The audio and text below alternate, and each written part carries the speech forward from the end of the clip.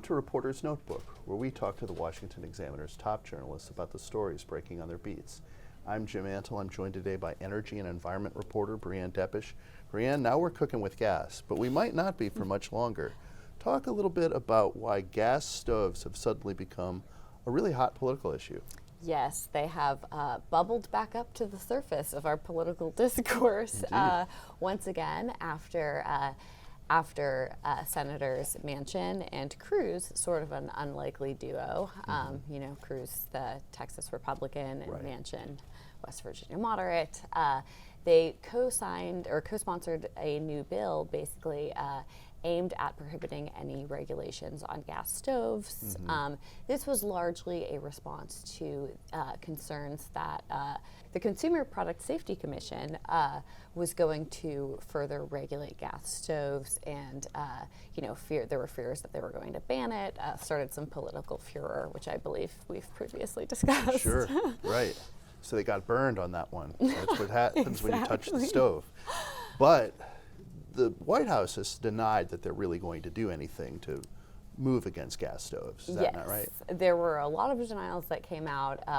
There were suggestions that sort of this commissioner, you know, he's a member of a 5-person commission, sort of went rogue in an interview with Bloomberg, but he really ignited this whole frenzy to begin with. And actually his boss put out a statement, the head of the CPSC, basically saying that this is not going to be a thing.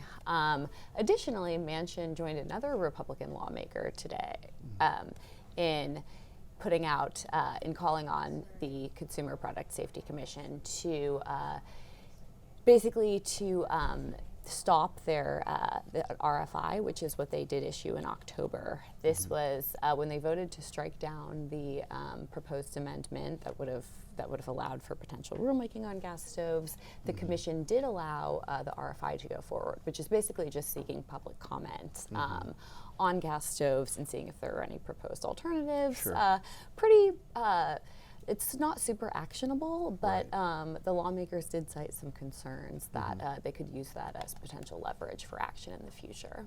Sure, there are some people who do raise both health and environmental concerns about the use of gas stoves. Absolutely. I think most of this is tied to a recent study that was published by a group, RMI, that cited a correlation or causation, I should say, between gas stoves and childhood asthma, you know, some other respiratory diseases. There have been criticisms to that, noting that it didn't actually collect its own data. It relied on subsets of data that had been collected from many previous studies. It excluded some really relevant information. So just how credible that study is remains to be seen. Yes, but it's certainly not been popular in Congress. Well, we don't want anyone gaslighting us about gas stoves, right? Jim, your puns are on point. Yes, they're on fire. They are on fire. You're cooking with gas. So to move a little bit abroad, we've been talking about this Russia oil price cap. What are the latest developments in that? Obviously, the Western world is really trying to raise the cost of what Russia is doing in Ukraine. This is one area in which we can potentially do that.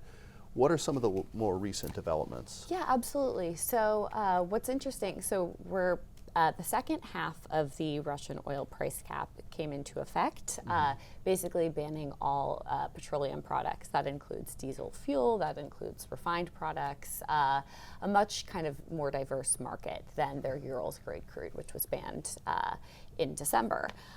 This has sparked a lot more concerns about volatility, tighter markets, and higher prices in the next couple months, as well as how Russia might respond.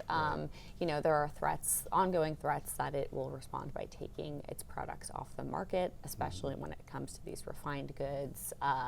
It's also a big loss for Europe, which primarily, I think it relied on Russia for about half of its refined petroleum products prior to this ban. So in Russia, and where Russia is actually going to export those products remains to be seen.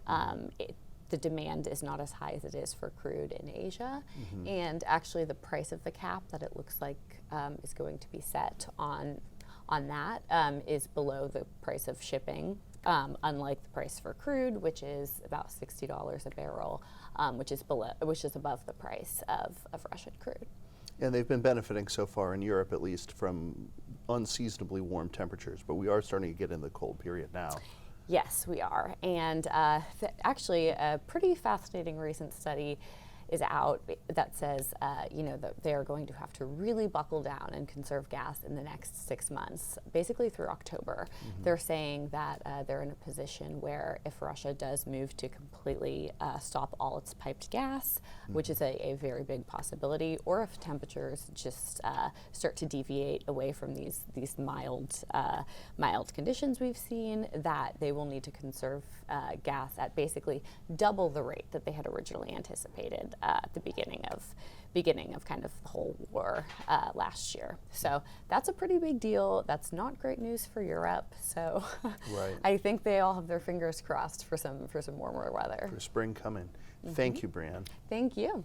You can read Breanne and subscribe to our Daily on Energy newsletter at washingtonexaminer.com.